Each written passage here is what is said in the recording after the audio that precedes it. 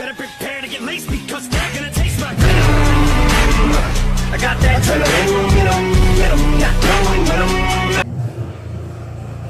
Halo guys, sekarang kita lagi ada di rumah batik Anto Jamil. Tepatnya ada di Sokaraja. Ya, hari ini kita akan mewawancarai Mbak Nurul, yaitu salah satu admin di rumah batik Anto Jamil ini. Ayo kita ikuti keseruannya.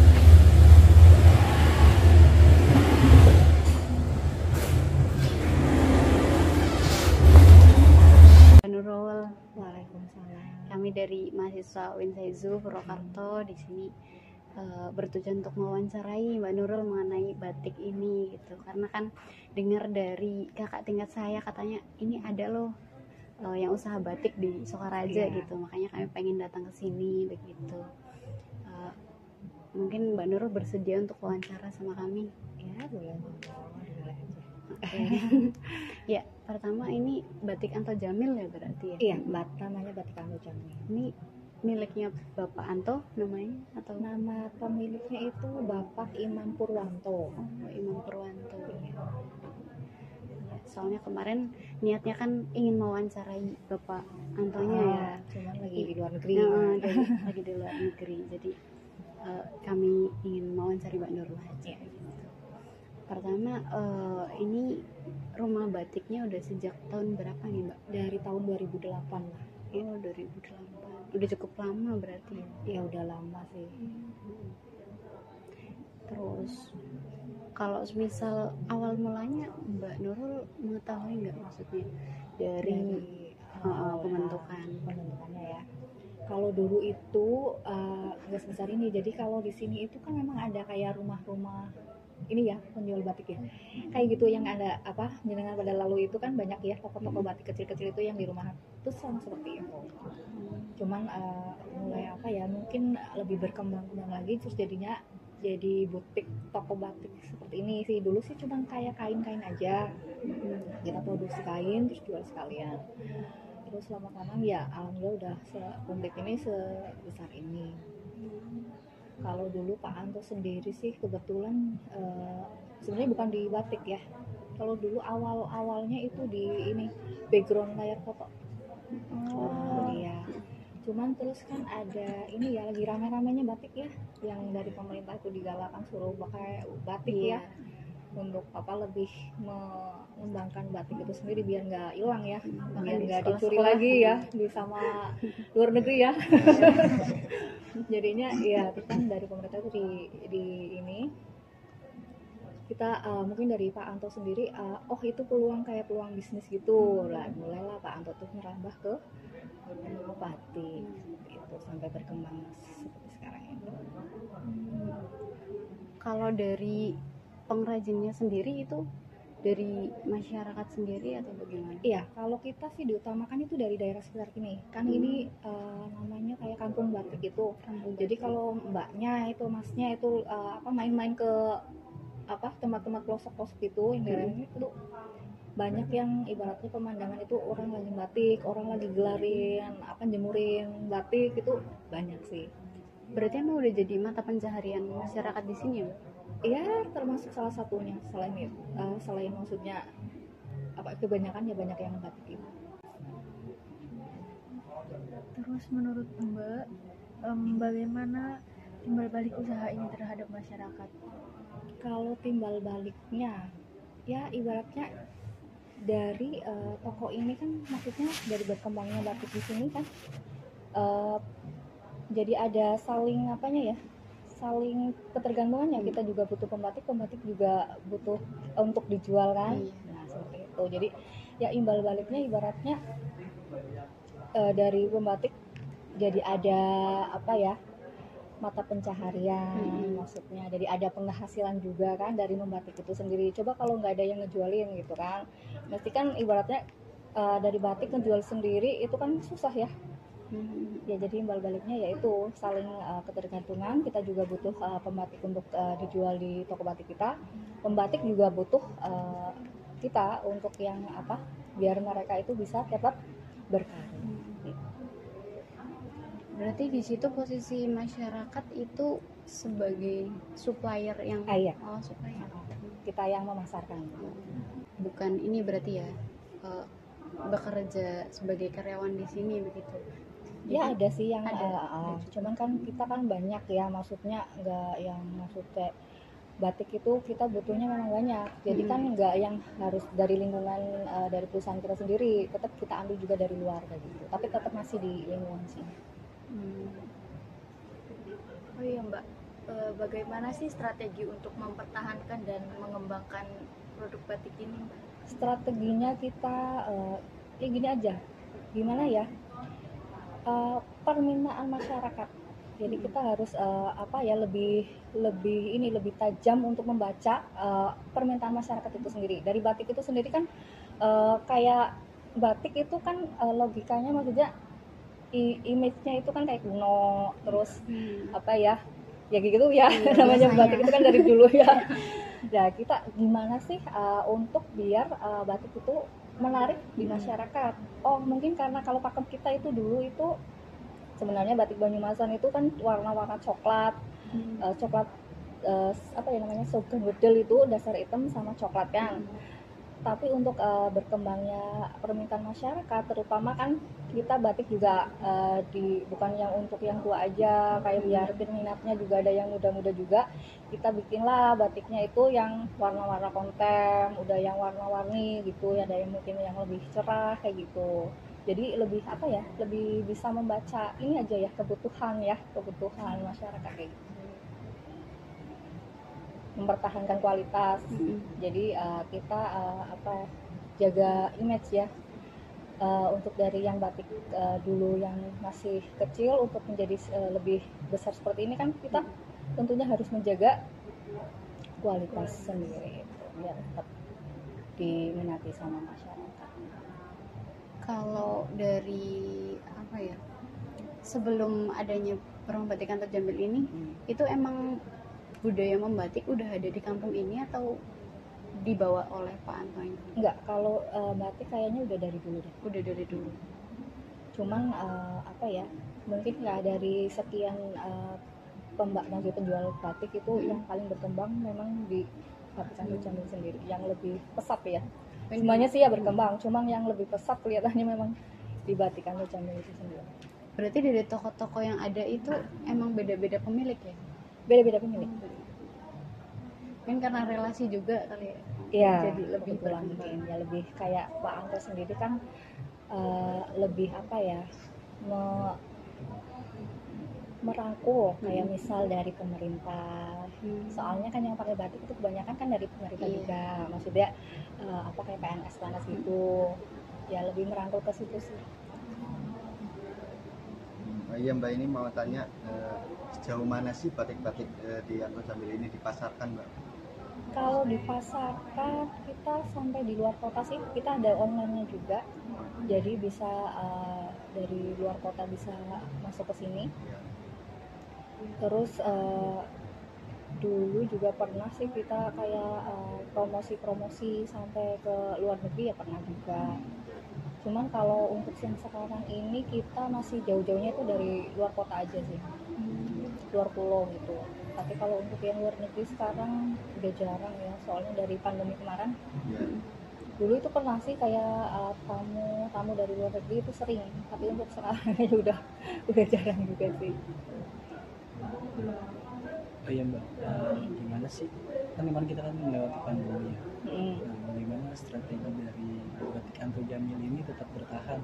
Serta juga mungkin ya kalau dari perusahaan-perusahaan lain itu kan PHK karyawannya atau merumahkan karyawannya.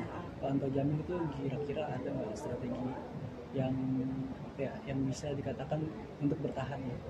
Untuk bertahannya ya, kita sih lebih ke ini sih nggak yang cuma udah menerima aja kayak gini gitu ya. Ya pertama sih memang ya ada pengurangan karyawan itu pasti ada ya, soalnya kan langsung dampaknya itu benar-benar yang besar banget ya. Jadi langsung brek kayak udah ada pandemi yang kemarin itu, terus langsung kayak orang-orang udah yang takut keluar gitu. Jadi kita strateginya, oh orang nggak apa ya, mungkin takut ke sini. Jadi kita yang promo lewat kayak online gitu. Kita diutamakan itu yang di online. Jadi ada promo, misal gratis ongkir atau apa dan lain sebagainya. Yang penting itu kita jalan. Orang nggak kesini, kita yang merasakannya lewat online gitu. Ya terus juga apa dari Pak Anto sendiri, maksudnya enggak sih kita pandemi itu mungkin apa karena udah ada nama ya, jadi tetap aja orang ada yang belanja ke sini sih, cuman ya memang nggak yang 100% kayak kemarin, mungkin ada lebih beberapa persen lah ya, kita ada yang berkurang ya. Tetap sih ada ya, tapi diutamakan sih pas waktu itu memang kita yang pemasarannya itu di bagian online. Berarti diantar juga itu ketika ada yang pesan Iya, online? tetap kita ada online atau mau pakai ekspedisi kan banyak tuh yang ekspedisi ada promo-promo gratis ongkir dan lain sebagainya pas waktu pandemi itu. Jadi kita tetap juga ada yang promo kayak gitu ya, gratis ongkir untuk area Purwokerto, Sukaraja kayak gitu. Terus apa namanya kayak strategi tangkap bola apa ya, jadi kita yang misal reseller kayak pelanggan yang dulu pernah kesini, kita sapa lewat apa komunikasi lewat online gitu, mau ada butuh lagi atau lain sebagainya, jemput bola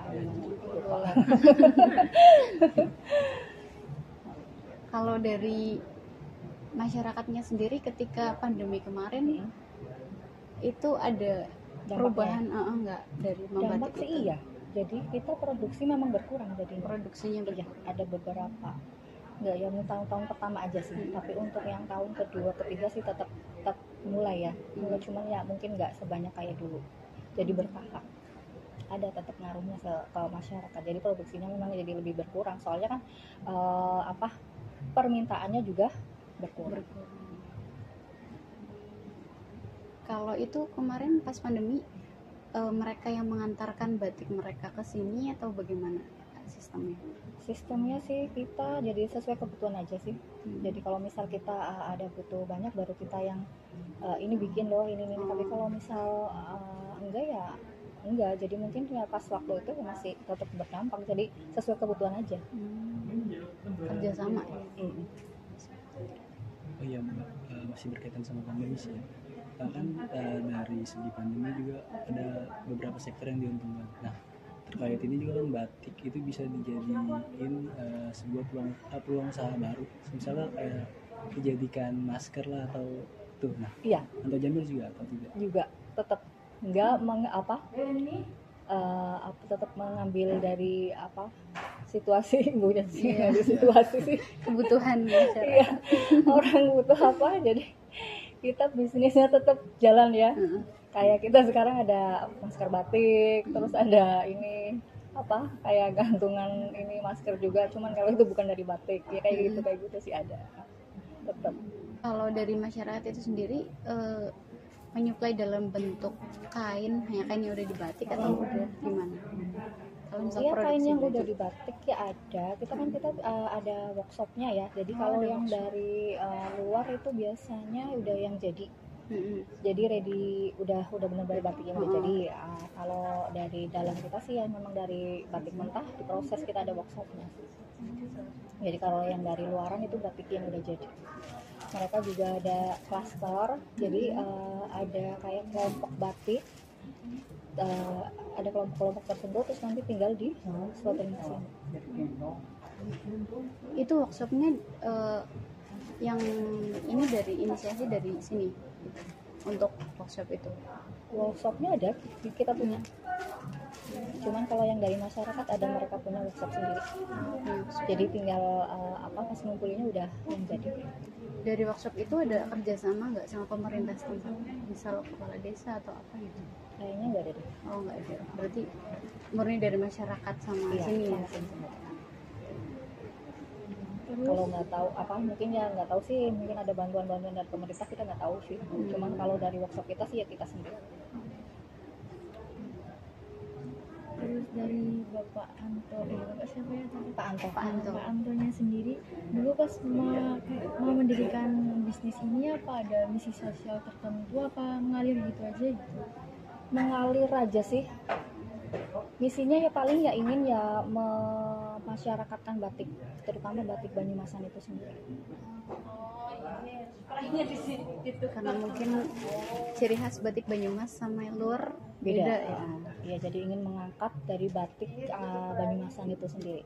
Kalau orang kan umumnya itu taunya itu batik yang dari kayak misal daerah tertentu kan ada ya kayak batik Kalongan terus jadi kalau dulu itu Pak Anto itu ingin mengangkat dari batik Banyumasan itu sendiri. Kan kalau batik Banyumasan itu dulu itu nggak ada, ya mungkin nggak ada orang maksudnya yang kan begitu kenal ya, nggak ada yang begitu tahu. Sekarang kan dari yang Jakarta apa dari luar kota, kok cari yang batik khas Banyumasan dong kayak gitu. Jadi udah mulai udah merambah ke luar kota juga. Berarti ya cukup berdampak besar ya Mbak, dari yang awalnya mungkin masyarakat hanya pemasarannya di sini bisa sampai luar kota. Kalau dari pemasaran supply dari masyarakat itu memang ke sini atau banyak juga yang mungkin ke apa ya pengusaha yang lain gitu? Dari masyarakat maksudnya suplainya cuman ke sini atau ke lainnya juga ya, ya? Maksudnya pengusaha yang lain mungkin mereka pakai cara karyawan atau mungkin sama, maksudnya mayoritas masyarakat itu ke sini atau bagaimana suplainya?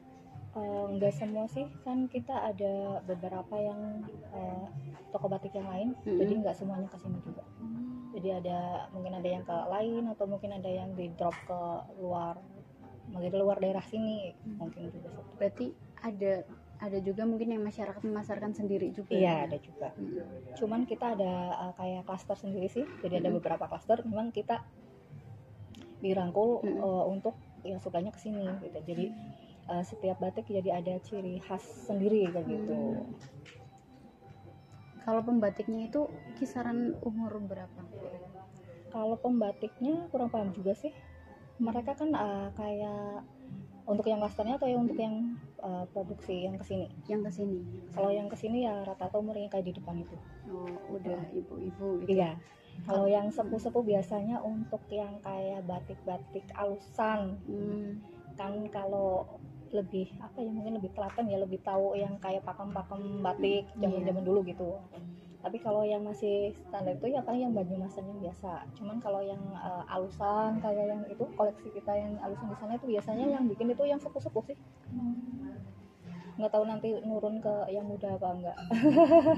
Berarti untuk saat ini yang muda belum ikut dalam kegiatan itu yang membatik? Ya mungkin iya masih. Cuman apa ya?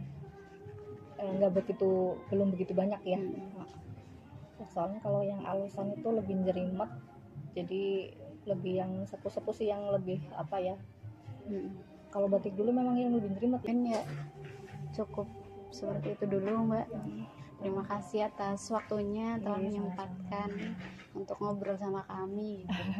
Ya jadi lebih tahu gitu. Semoga lebih bermanfaat ya hasilnya, jadi lebih tahu tentang batik atau jamil atau batik Banyumasan sendiri. Biar lebih insya Allah kalau bisa ya suatu saat akan bisa go internasional gitu ya. Biar budaya Indonesia lebih terkenal. Amin. Ya, mungkin cukup Mbak, seperti itu dari kami. Kurang lebihnya mohon maaf. Assalamualaikum warahmatullahi wabarakatuh. Mungkin ada kata-kata yang kurang berkenan ya maaf juga.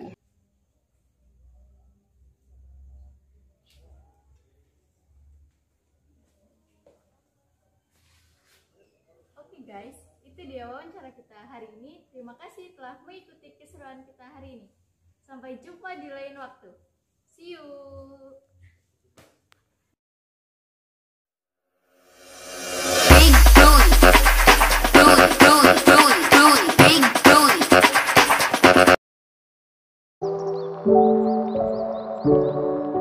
Thank you.